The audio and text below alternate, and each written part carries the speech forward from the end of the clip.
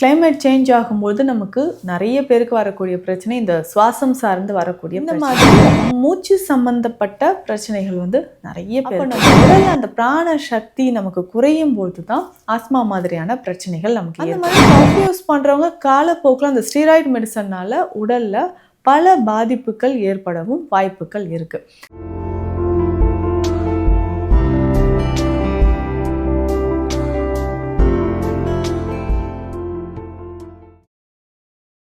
வரம் நேயர்களுக்கு வணக்கம். நான் டாக்டர் நித்யா, சித்தா ஃபிசிஷியன். இந்த கிளைமேட் சேஞ்ச் ஆகும்போது நமக்கு நிறைய பேருக்கு வரக்கூடிய பிரச்சனை இந்த சுவாசம் சார்ந்து வரக்கூடிய பிரச்சனை தான். ப்ரீத்திங் இஷ்யூஸ் இருந்துக்கிட்டே இருக்கும். அதில் முக்கியமாக இந்த ஆஸ்மா அப்படின்னு சொல்கிறோம். ஆஸ்மா, வீசிங், இந்த மாதிரி மூச்சு சம்பந்தப்பட்ட பிரச்சனைகள் நிறைய பேருக்கு இருக்கும். இந்த ஆஸ்மா அப்படின்னு சொல்கிறது என்னென்னா இழுப்பு நோய் அப்படின்னு சித்த மருத்துவத்தில் சொல்வோம். நம்ம நுரையீரலில் இருக்கக்கூடிய பிராண சக்தி, பிராண வாயு நம்ம இன்ஹேல் பண்ணுறோம் இல்லைங்களா, அந்த காற்று உள்ளே போயிட்டு நுரையீரலை வலிமை இழக்கிற மாதிரி செய்யக்கூடிய ஒரு செயல் தான். அப்போ நம்ம உடலில் அந்த பிராண சக்தி நமக்கு குறையும் போது தான் ஆஸ்மா மாதிரியான பிரச்சனைகள் நமக்கு ஏற்படுது. நிறைய பேருக்கு ஹெரிடிட்டியாகவும் இந்த ஆஸ்மா பிரச்சனை ஏற்படுது. ஹெரிடிட்டியா அப்படின்னா பேரண்ட்ஸ்க்கு இருந்தது, அம்மாவுக்கும் அப்பாவுக்கு இருந்தது, தாத்தாவுக்கு இருந்தது. அது தொடர்ந்து எனக்கும் ஏற்பட்டுச்சுங்க. சின்ன வயசுலேருந்தே இந்த ப்ராப்ளம் இருக்குது. ரொம்ப எனக்கு ப்ரீத்திங் இஷ்யூஸ் இருந்துச்சுன்னா, மூச்சு விடவே சிரமமாக இருந்துச்சுன்னா நான் அந்த டைமில் பஃப் யூஸ் பண்ணிக்கிறேன் அப்படின்னு சொல்லுவாங்க. அந்த மாதிரி பஃப் யூஸ் பண்ணுறவங்க காலப்போக்கில் அந்த ஸ்டீராய்டு மெடிசன்னால் உடலில் பல பாதிப்புகள் ஏற்படவும் வாய்ப்புகள் இருக்குது. ஸோ இந்த மாதிரியான சமயங்களில் இந்த ஆஸ்மா இருக்குன்னா அதை எப்படி நம்ம எளிமையாக சித்த மருத்துவத்தின் மூலம் சரி செய்ய முடியும், இதுதான் நம்ம இப்போது இந்த பதிவில் பார்க்க போகிறோம். அப்படி ஆஸ்மா மற்றும் சுவாசம் சார்ந்து வரக்கூடிய பிரச்சனைகளுக்கு என்னென்ன சித்த மருந்துகள் இருக்குது, நம்ம கிளினிக்கில் என்ன ஸ்பெஷல் மெடிசன் நம்ம கொடுக்குறோன்றதும் நம்ம தெரிஞ்சுக்கலாம். முக்கியமாக பார்த்தோம்னா இதற்கு ஒரு சிறந்த ஒரு மூலிகை இருக்குது. அந்த மூலிகை நுரையீரலை பலப்படுத்தக்கூடியது அப்படின்னு சொல்லலாம். இதை பேஸ் பண்ணி நிறைய மருந்துகள் நம்ம கிளினிக்கில் கொடுத்துட்ருக்குறோம். இந்த மூலிகை நான் சொல்லக்கூடிய இந்த ஒரு பர்டிகுலராக இருக்கக்கூடிய இந்த மூலிகை சுவாசம் சார்ந்த பிரச்சனைகளுக்கு மட்டும் இல்லை, நம்ம உடலில் ஹீமோகுளோபின் லெவல் இன்க்ரீஸ் ஆகிறதுக்கு, தலைமுடி சார்ந்த பிரச்சனைகளுக்கு, நுரையீரலை வலிமைப்படுத்துவதற்கு, கல்லீரலுக்கு முக்கியமாக ஒரு பெஸ்ட் லிவர் டானிக் அப்படின்னு சொல்லலாம். அதுதான் வெள்ளை கரிசலாங்கண்ணி. இந்த வெள்ளை கரிசலாங்கண்ணி முக்கியமான ஒரு காயக்கற்ப மூலிகை அப்படின்னு சொல்கிறோம். இந்த வெள்ளை கரிசலாங்கண்ணியை பயன்படுத்தி செய்யக்கூடிய மருந்துகள் நுரையீரல் சம்பந்தப்பட்ட பிரச்சனைகளுக்கு மிக சிறந்த ஒரு மூலிகை அப்படின்னு சொல்லலாம். இதிலிருந்து செய்யக்கூடிய மருந்துகளும் நுரையீரலை வலிமைப்படுத்தக்கூடிய ஒரு முக்கியமான மருந்துகள் சொல்லலாம். இந்த வெள்ளை கரிசலாங்கண்ணியை நம்ம எப்படி பயன்படுத்த போகிறோம் அப்படின்னு பார்த்தோம்னா, இதை சாறு எடுத்து நம்ம குடிக்கலாம். குழந்தைகளுக்கு கூட பார்த்தோம்னா நெஞ்சிலே சளி இருந்துக்கிட்டே இருக்கும். இதனால் உணவு எடுக்க முடியல, வீசிங் இருக்குது, ஸோ நாளுக்கு நாள் உடல் எடை குறைச்சிக்கிட்டே போகுது அப்படின்னு சொல்லுவாங்க. இந்த மாதிரி நுரையீரல் சம்மந்தப்பட்ட பிரச்சனைகள் சரியாகணும்னா இந்த கரிசலாங்கண்ணியை நம்ம பயன்படுத்தலாம். எப்படி பயன்படுத்த போகிறோம் அப்படின்னா, கரிசலாங்கண்ணி சாறு மட்டும் நம்ம தனியாக எடுத்துக்கணும். இந்த சாறு மட்டும் எடுத்துகிட்டு இதில் ஒரு 2 துளி எலுமிச்சை சாறு, ஒரு அரை ஸ்பூன் தேன். இந்த கரிசலாங்கண்ணி சாறு ஒரு 50லேருந்து 60 ml எடுக்கணும். 50லேருந்து 60 ml வெள்ளை கரிசலாங்கண்ணி சாறு, இதில் ஒரு 2-3 துளி எலுமிச்சை சாறு விட்டுட்டு ஒரு அரை ஸ்பூன் தேன் கலந்து காலையில் நம்ம குடிக்கணும். இந்த மாதிரி குடிக்கும்பொழுது என்ன ஆகும் அப்படின்னா, நமக்கு சுவாசப்பாதையில் இருக்கக்கூடிய பிரச்சனைகள், அதாவது நெஞ்சிலேயே சளி இருக்குங்க அப்படின்னு சொல்லுவாங்க. சிலர் குடிக்கும் போதே வாந்தி எடுப்பாங்க. அந்த வாந்தியில் நெஞ்சு பகுதியில் இருக்கக்கூடிய சளிகள் எல்லாமே கரைந்து வெளியில் வரும்.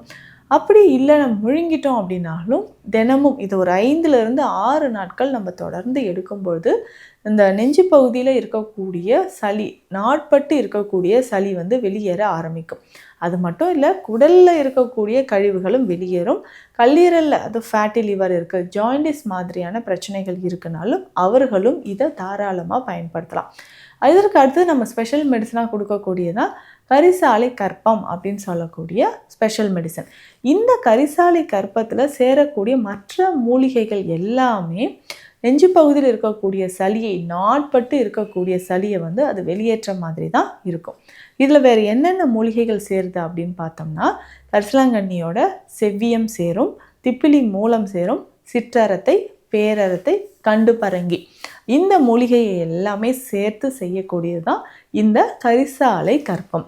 இதை வந்து ஒரு 2 கிராம் அளவுக்கு காலை இரவு 2 வேளையும் உணவுக்கு முன் நம்ம தேனில் கலந்து சாப்பிடணும். நாட்பட்டு நெஞ்சில் இருக்கக்கூடிய சளிகள் எல்லாமே குணமாக ஆரம்பிக்கும். இதை சாப்பிடும்பொழுது வேறு என்ன உணவு முறைகளை நம்ம கடைபிடிக்கணும் அப்படின்னா, ரொம்ப குளிர்ந்து இருக்கக்கூடிய உணவுகளை நம்ம தவிர்க்கிறது ரொம்ப ரொம்ப நல்லது.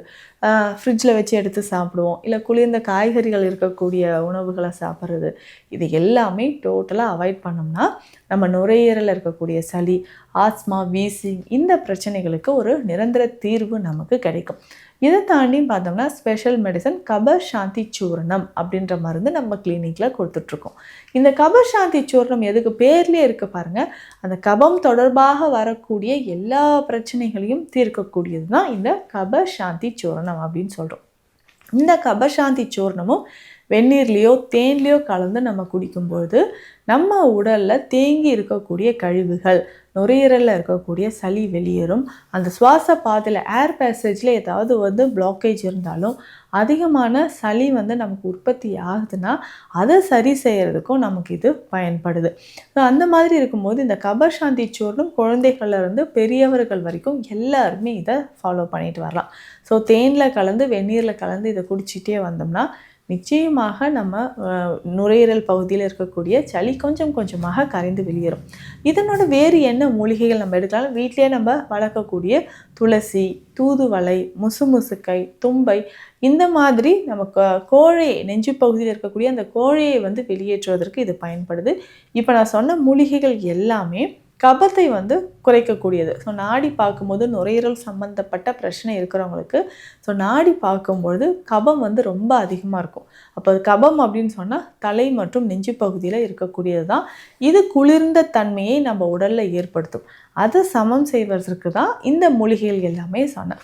ஸோ அப்பப்போ நம்ம என்ன பண்ணலான்னா, ரொம்ப குளிர்ந்த ஒரு காற்று இருக்குது, நெஞ்சு பகுதியில் ரொம்ப கோல்டு இருக்குது அப்படின்னா அந்த சமயங்களில் தூதுவளை பொடியோ இல்லை நம்ம துளசி பொடியோ வீட்டில் வாங்கி வச்சுக்கிட்டு ஒரு 1/4 டீஸ்பூன் அளவுக்கு தண்ணீரில் எடுத்துக்கிட்டு அதில் கொஞ்சம் தேன் கலந்து மிளகுத்தூள் கலந்து அந்த தண்ணியை அப்பப்போ குடிச்சிட்டு வந்தோம்னா தொண்டைக்கு இதம் அளிக்கிற மாதிரி இருக்கும். அதே மாதிரி நுரையீரலில் தேங்கி இருக்கக்கூடிய சளி வெளியேறவும் இதை நம்ம ஃபாலோ பண்ணிக்கலாம். ரொம்ப நாளாக நமக்கு நுரையீரலில் சளி தேங்கியே இருக்குது அப்படின்றவங்க சிற்றரத்தை பொடியை மட்டுமே பயன்படுத்தலாம். ஏன்னா இந்த வீசிங் இருக்கக்கூடிய சமயத்தில் என்ன பண்ண, ஒரே ஒரு பிஞ்ச், ஒரு சிட்டிகை அளவுக்கு சிற்றரத்தை பொடி, இந்த சிற்றரத்தை பொடி பேசிக்காக இந்த சிற்றரத்தை நிறைய சாப்பிட்டோம்னா நம்ம உடலில் உஷ்ணத்தை அதிகரிக்கும். சிற்றரத்தை, கருஞ்சீரகம் இந்த மாதிரி மூலிகை எல்லாமே. ஆனால் கபத்தை இது அதிகமாக விரட்டுதுன்னு சொல்லலாம். ஸோ அப்போது இந்த சிற்றரத்தை பொடியை மட்டும் நம்ம கையில் எடுத்து வச்சுக்கணும். ஒரு 10 கிராம் 20 கிராம் இருந்தாலே போதும்.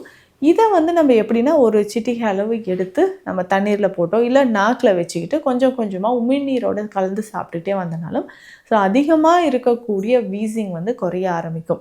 ஸோ ஆஸ்மா பிரச்சனை இருக்குன்னா அதற்கு நிரந்தர தீர்வுகள் சித்த மருத்துவத்தில் இருக்குது. ஸோ இந்த பதிவில் என்னென்ன ஹோம் ரெமெடிஸ் இருக்குது, எந்த மாதிரியான ஸ்பெஷல் மெடிசன் நம்ம கிளினிக்லேயே கொடுக்குறோம் அப்படின்றதும் பார்த்தோம். நிச்சயமாக உங்களுக்கு பயனுள்ளதாக இருக்கும்னு நம்புகிறேன். இந்த மாதிரி சுவாசம் சார்ந்து இருக்கக்கூடிய பிரச்சனைகள் இருந்து, இல்லை குழந்தைகளோ பெரியவர்களோ உங்கள் வீட்டில் இருக்கிறவங்களுக்கு பிரச்சனை இருந்து அதில் ஏதாவது சந்தேகங்கள் இருந்துச்சுன்னா கீழே இருக்கிற நம்பருக்கு காண்டாக்ட் பண்ணுங்கள். திக்ஷாலயம் சித்தா ஹெல்த் கேர், ஆதம்பாக்கம், சென்னை. நன்றி.